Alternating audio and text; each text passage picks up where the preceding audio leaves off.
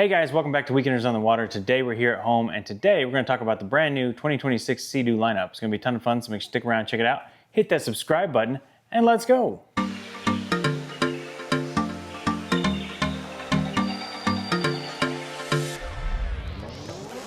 All right guys, so Seadoo has released their brand new 2026 lineup, and we want to talk about what's new for this year, maybe some of the expectations that fell flat, where they excelled, and kind of go through the whole thing. So if you're looking for a brand new Seadoo in 2026, then this is the video for you because we're going to cover all the major announcements. So here we are on the Seadoo page. Here you can see the brand new marketing campaign there with Aquadan and Avian Azurin. There's also Adam Schwartz. I think he's driving the Seadoo Switch there. He's a big Seadoo Switch kind of guy. But yeah, definitely liking the vibe and everything that they've got going on here with this promo material. All the, the colors and everything. I think that's neat. They've definitely heard people in that regard. Compared to last year. Last year they were really into that sand color that they called it, that tan color. I was not a fan of that. And I'm happy to see that most of that has gone away and that they've kind of replaced it with some newer, more exciting, more modern colors. I mean, I say modern, just like everything new is old again. These are all the same colors we grew up with in the early 90s and the late 80s. All these neon colors, everything's kind of coming back again. I see kids walking around with the Jinko jeans again. So that was my style back in high school, and now everything's new again. But anyways, this is kind of where we are at the moment. So let's see what they've got going on here. Here is the announcement page talking about all the different stuff that's new for 2026. We're going to start with what they believe to be the biggest announcement, and that is the 10.25 inch touchscreen display. Say that a little bit disappointing because they really leaned into this. They think it's like the biggest thing that that they want to tout. Honestly, I'm not that excited about it. It is neat, no doubt about it. It's cool, it's big, it's bright. There's a lot of neat things with it. They're really leaning into this whole connectivity, social media kind of stuff, where they're trying to connect users on the water. And that with this new app or with this new screen that gives them the opportunity to to connect those folks using their apps and stuff. I see this kind of like an Appleification, where basically Apple tried to shut out the Androids by having the green versus blue bubble debate. I think that that's going to be kind of what they're trying here with, do you have the Seadoo, the BRP Connect app, or do you not? Instead of just having some sort of unified like WhatsApp or one of the other navigating boat features, right? And I say WhatsApp and compared to back to the Apple iPhone debate, but either way. And also too, this screen is not new. They did have it last year as well, but it was only available on the GTI Limited, and it was only available on the GTX Limited, and then this year they have it on many more. So let's click on this and we'll see what models have it available this year. You can see some of the promo materials there. It looks nice. It is a great screen, no doubt about it. Just, I don't think it's the best thing that, I would hang my hat on for the year. But here you go. You can see on all the watercraft models, they have it listed here, which ones have it. Obviously the GTX Limited, the Explorer Pro is there. The RXPX, which also has this additional tech package. I don't know why this one's a little bit different, but that also has the 10.25 inch, the RXTX, as well as there's the Wake Pro and the Fish Pro Trophy. So the top of the line Wake and Fish models as well. Like I said, unfortunately there you see that same sand color did hold over on the Wake series from last year. But I'm fine with it being on the Wake series. I don't understand the Wake series. At some point I want to go through a whole, the Seadoo and entire Yamaha lineup and describe each model. The Wake series though, I mean, it's basically a GTI or a GTX, depending on which one you get, with a couple extra bolt-on accessories. So, I mean, I guess it's kind of neat that it comes out of the package, but honestly, I don't think this is their best-selling model. You rarely see a Wake out on the water. Basically, it's like a tow sport package. It comes with a couple bolt-ons. But if you do get the Pro model, which is based off of the GTX, then you can get that with the 10.25 inch screen. Since we're kind of looking at the models here, we'll go ahead and talk about some of the other differences.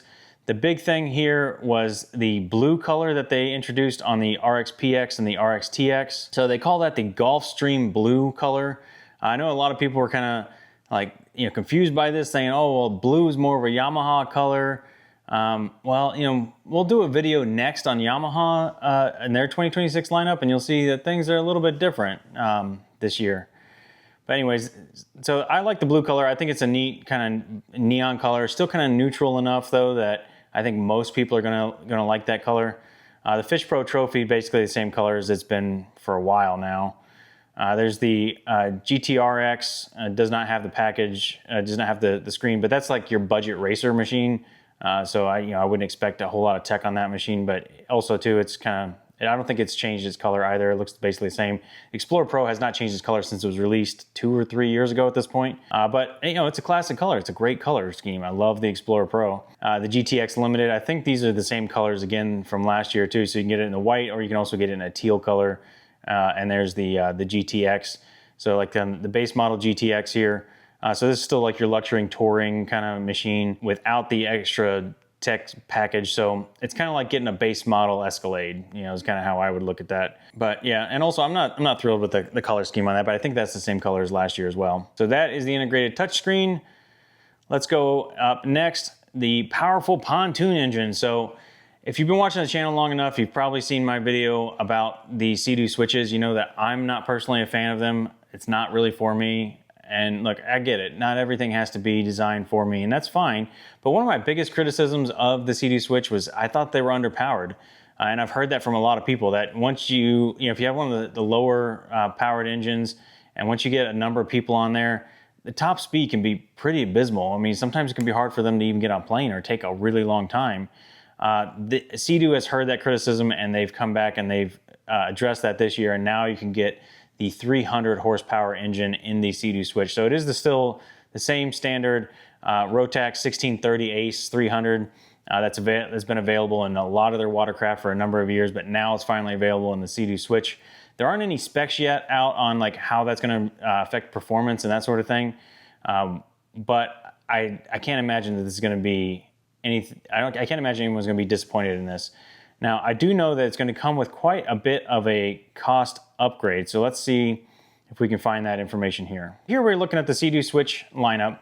And you can see, again, some of those 10.2 or 10.25 inch screens are available in a few of their Seadoo switches as well. So the Seadoo Sport switch, the Seadoo Cruise, and the Seadoo Cruise Limited. Now, the 300 horsepower engine is only going to be available in the larger models. I believe that's a 21 foot, unless you get I think it's the Cruise Limited, comes with, you can get that in an 18 foot model with that 300. So let's take a look. So we go here to build and price. Starting price on this is $52,000. So here is the Seadoo Cruise Limited. So this is the one here. So basically this is the top of the line switch. You can get this with, here, this is the only 18 foot switch you can get with the 300 horsepower. Starts at $52,500, so pretty pricey. I mean, now granted, as far as pontoons go, that's a good deal, but as far as PWCs go, that's a lot of money. So here you can see the 21 foot model. You can get that with a single or a double bimini top. So this is going to be your top of the line, most expensive Seadoo switch. That is $57,200. So really expensive there. That does come with a trailer, so that's nice. You're gonna get the 300 horsepower engine, but yeah, that's a lot of money to be putting out for sure. But what we want to see is, what does the engine cost? So let's see. Probably if we look here at the Seadoo Switch Cruise, let's see if we can find it here. The Cruise 21. So this is the biggest cruise. Seadoo Switch Cruise with the 230 horsepower starts at $45,800. And then if you want to step up to the 300 horsepower, you're looking at $52,600. So what is that? That's it's about $7,000 you're going to pay for that extra 70 horsepower. So it's like $10 per horsepower. So that's quite a bit of money, but you know, definitely would recommend if you want that extra horsepower. You know, I've never heard anyone say I wanted less power. You know, so probably you're better off at, you know, get the 300 if you're looking at the 21 foot switch cruise already. Just kind of, again, going over this, the pricing, you can see the base model switch. This is the smallest one here, starts at just under $25,000. So here are the base model switches. The most affordable one you can get here is just under $25,000 with a 130 horsepower engine. And that is the Switch Compact. And so that is just under 13 feet, so relatively small. It says up to 5 people. At least 2 or 3 of those are gonna have to be children, because the the capacity on this is not very high. Smallest Seadoo switch there can carry up just over 800 pounds. So if you got 5 people on there, like I said, some of those are gonna have to be children in order to make that work. All right, going back, the other big thing that they kind of announced here with the Seadoo switches is an upgraded tech package. So they got some premium speakers. So for those people that are looking to party out on the lake, out on the water, that's kind of what this is for. Of course, they got the Seadoo Switch Fish here. Can't forget about that. So that's your fishing version of the Seadoo Switch. It's kind of neat. Again, not really for me, but I know a lot of people seem to like them, and they're definitely at a very attractive price point for the segment. Well, since we're still talking about the Seadoo Switch, here is that upgraded audio system. So it's a premium JL audio system. JL makes some amazing products, so I have no doubt that this is going to be a great system, and that is available to add to your Seadoo Switch as well. Next up, IDF. So IDF is Seadoo's intelligent debris-free system. Basically what this does is it's an added transmission that's added to the back of your engine that allows your engine basically to spin forward or reverse. So as you know, with a typical jet propulsion, the reverse is typically handled with the dropping of a reverse thruster, that bucket in the back that actually reverse the thruster to shoot the thrust forward, and that's what allows you to head in reverse. IDF allows the actual impeller to spin in reverse so that it sucks water from the back and shoots it out the bottom. And what that is designed to do is to clear any debris coming out the bottom of the jet pump. And so that way you don't have to get in the water, you don't have to stick your hand up in there. People that have these, they seem to really love them. They've been around for quite a while, but the reason that it's getting so much attention this year is because now it is standard on the Seadoo GTI SE. The one caveat I would say with the IDF system that I've heard some complaints about is that they don't tend to handle a lot of power very well. So if you have like one of the higher powered engines, like the 300, the 325, I think you're going to be fine. But if you want to start, increasing the power on one of those, put a stage 1, a stage 2, stage 3, whatever that is, these IDF machines do not really handle that power very well, and they're not really designed for it, and they do have a tendency to break in that regard. But really at that point, if you're getting that far into modding such a high horsepower machine, obviously you're sacrificing reliability, and then you're probably more into the racing aspects, in which case you're probably better off taking this out anyways just to save weight, because who cares about if you have to get in the water on a race machine. But anyways, back to the Seadoo GTI SE. So as I mentioned, this is new this year for the SE. It was an option in the past. It was about $1,000 option if I recall over the last few years, but now it is standard. So I'm a big fan of the Seadoo GTI and particularly the SE. That's both what myself and Christine ride. Mine's a 2021, hers is a 2017. So we've got some different models there. IDF was not an option back then, and I can tell you, really, I'm sure that Christine would love this. Let's be real. As the husband, I'm the one getting in the water if she sucks something up. So I would love that, particularly if you're like in the lake, alligator infested waters. There's a reason why we ride mostly salt water here in Florida. But anyways, let's take a look at this. Let's go over and check out the Seadoo's, the GTIs here. So here are the two GTIs for this year. So here's the base model GTI starting at just over $12,000. The GTI SE, which like I said, I'm pretty sure SE stands for standard equipment. So that's going to give you all your creature comforts and everything, including that IDF for 2026. So this one starts at $13,300. They did come out with a new color now. It's like this black, gray, and Laguna green is what they call that. So I'm not in love with the color, but I don't hate it either. So, maybe it'll grow on me. But here we are. Let's take a look and see if we can build one of these. So here, the GTI SE with the 130. I think, if you're going to buy this thing, you might as well go ahead and buy the 170. So this is about a $600 upgrade option for the additional 400 or for additional 40 horsepower. So I think that's a pretty good deal at that point. Now, I have heard people say you can, we'll just buy the 130 and then you could, reflash it, because basically it's just an electronic tune. Sure, you can go that route. Can you get that done for less than $600? Probably, but not much less. I'd rather just have it from the factory, and then all your stickers match, and I think your resale is going to be a little bit higher. So I think it's worth the $600 just to get it straight from the factory. I personally don't understand why people, unless you've already got the 130, you bought it secondhand, you got a good deal on it or something like that. but I would just go ahead and buy the 170 right from the get-go. But here you can see the options. They do have it in a different color scheme as well. So the same color scheme from last year with the blue and the yellow, which I personally like. What do they call it? Teal and manta green. So there it is. You can see it in that color. I do like the teal a little bit better than the Laguna green. But you know, if you want to show everybody you got the 2026 versus the 2025, you're going to want that green color. All right. One thing I was considering too was if you're going to get the GTI, you know, how much does that IDF cost? So in this case, if we want to look back at the GTI without the IDF, this is it here. Unfortunately, you can only get this in the 130. So if you wanted to get a 170 GTI, you would have to go that flashing engine option. I don't believe this comes with a boarding step. Now, in years past, the regular GTI also did not come with the IBR, the intelligent brake and reverse system. Personally, I think the boarding step and the IBR are mandatory. I absolutely need those. I would not buy a ski without those. You know, I know like some of you have been riding since the 90s, maybe you don't, but it makes a huge difference. If you wanted to get the 130 here and you wanted to like add a boarding step, you're going to add another $270 basically. So now you're at $12,300, and let's take a look. So here is the GTI 130 SE. So that's $13,300, and the GTI non-SE model with added the boarding step, you're at $12,300. So yeah, it is about $1,000 option for the IDF option.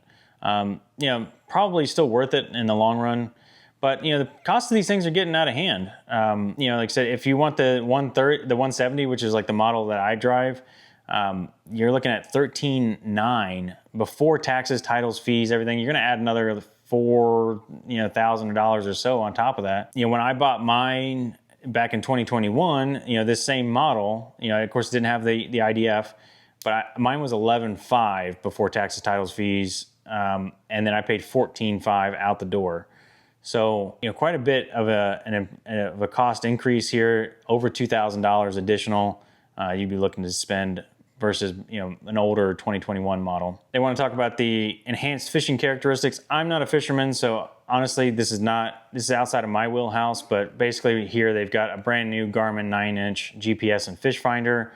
So that looks fancy. I'm sure that it's got a lot of extra stuff here if you are into fishing, that you can use that. One thing that they did not mention on this main page here are the colors. So I do want to kind of dive into that a little bit here real quick. And I kind of touched on that a little bit, but one we missed here was the Spark. So Spark is part of their Rec Lite series. These are the most entry-level Seadoos you can buy. They're small, they're lightweight, they're nimble, they're built for tricks and a lot of fun. The most affordable Seadoo you can buy here is the base model Spark, starting at $7,000. I think that's a really reasonable price to get a brand new watercraft. And then a lot of people do, of course, enjoy the Spark Tricks, which starts closer to $10,000. Basically, the difference there is that it gives you a lot more degrees of rotation of your trim, so that way you can get it to stand up on its rear end and do those water wheelies or whatever you want to call it. But a big criticism that Seadoo, is particularly the Spark has gotten in the past, are the colors, that they're kind of drab. And you can see this year they kind of did punch that up again here with this blue and green color. So that is pretty neat to see. You can see the Spark Tricks basically still comes in so you get the blue and green, and it looks like I think they also have, yeah, the black, white, and red option as well too. So personally, I think that the blue and green one, the blue and orange one there is the color to get. So that's the Seadoo lineup. Let's talk about some of the criticisms I have for Seadoo. One of the big things here, since we're already looking at the Spark, is a number of people have mentioned that they would like to see more horsepower in the Spark. I mean, granted, I think this thing is kind of more for tricks and stuff. So the base model starts at 60 horsepower. You can get it up to 90 horsepower. It's such a small package. I think that that's pretty good. You're going to be going in that 50 to 60 mile an hour range on something like this. It's probably pretty good. If they wanted to increase that horsepower anymore, they'd need a bigger engine, and I personally, I'm not sure that it would fit in there. That could be one thing that maybe they do in the future here, is again try to add more horsepower to the Spark. Possibly maybe even like a supercharger would be interesting as well. And supercharge one of these smaller Rotax engines, you know, for the Spark. Another one too is I am happy to see the new colors, and I'm happy to see mostly the sunsetting of that horrible sand color. Personally, what I think I would like to have seen was a new refresh of the entire lineup, some sort of new design or something like that, just to keep things fresh. If you look back at like what Christine's got the 2017, I got a 2021. In the year 2020, they started kind of changing some of those designs around. And I do like to just see where they're going, you know, some sort of new refresh. The current design here for 2026 has basically been the same since 2020. It's been 6 years, so it's getting a little long in the tooth at this point, and I think it'd be cool to see something new. So other than that, I mean, it seems like the main things there are, like I said, the 10 1/4 inch touchscreen, which I'm not too excited about. It's cool, but you know, they come on the most expensive machines. I do like the further integration of the IDF. I think that's a really great thing. Although, you know, don't always necessarily want to pay for it as well. I don't really mind jumping in the water, cool off, and clear that grate if you have to, unless it's alligator infested water. And then of course, you know, the upgrades to the Seadoo switch, which, you know, I'm not a big fan of that platform, but I do see where it was definitely needed. So adding that 300 horsepower engine as well as the JL audio system, I think a lot of people are going to really enjoy that. Future Lewis here. As I'm reviewing this video, I remember that there's one other big thing that I forgot to mention in this video. The number one thing I wanted to see from Seadoo this year was fixing the ST3 hull. It's widely known that there's a major issue with those things cracking right in the front. It's the same spot on every one I've seen, and there's been a lot of sunken skis over that. It blows my mind that Seadoo has not yet addressed that or even said anything about it. But yeah, that's definitely the number one thing that I would love to have heard from Seadoo during the announcement lineup, was that they reinforced the front of those ST3 hulls. So those are your 300s, your 325s, you know, anything with a fiberglass hull. Those are the ones that are going to have the issues there. Aside from the RX PX, that's a different hull. So anyways, one other thing too is if you didn't see our last video, go back and check it out where we announced our new merch line here for our Weekenders on the Water merch. Got the shirt, the Out of the Office shirt, got the hat. Go back and check that out. Go to weekendersonthewater.com if you'd like to support the channel, pick up some merch. Really appreciate that. It's the #1 way really to support the channel. Let me know in the comments below, what do you think of the 2026 models? Would love to hear your thoughts on it. Do you want to see more power in the Seadoo Spark, or is there something else that you'd rather see, or maybe, you know, something you'd like to see less of in order to bring that price down on any of these models? Let me know about that in the comments below. And with that being said, we're out of here, and we'll see you next weekend.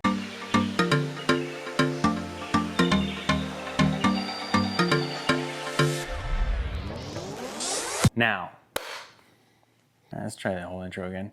Let me see, what do they call that? What do they call it? They called that Liberty. So that's like $10 per horsepower. So is that right? Yeah. As I'm editing this video. You editing this video? Okay. Get your facts right, bro. All right. Future Lewis here. As we're editing this video. That's Christine. As I'm reviewing. All right. Future Lewis here. Future Lewis here. As I'm reviewing this video, Sorry. It's hard to tell what year. I don't know. This sounded stupid.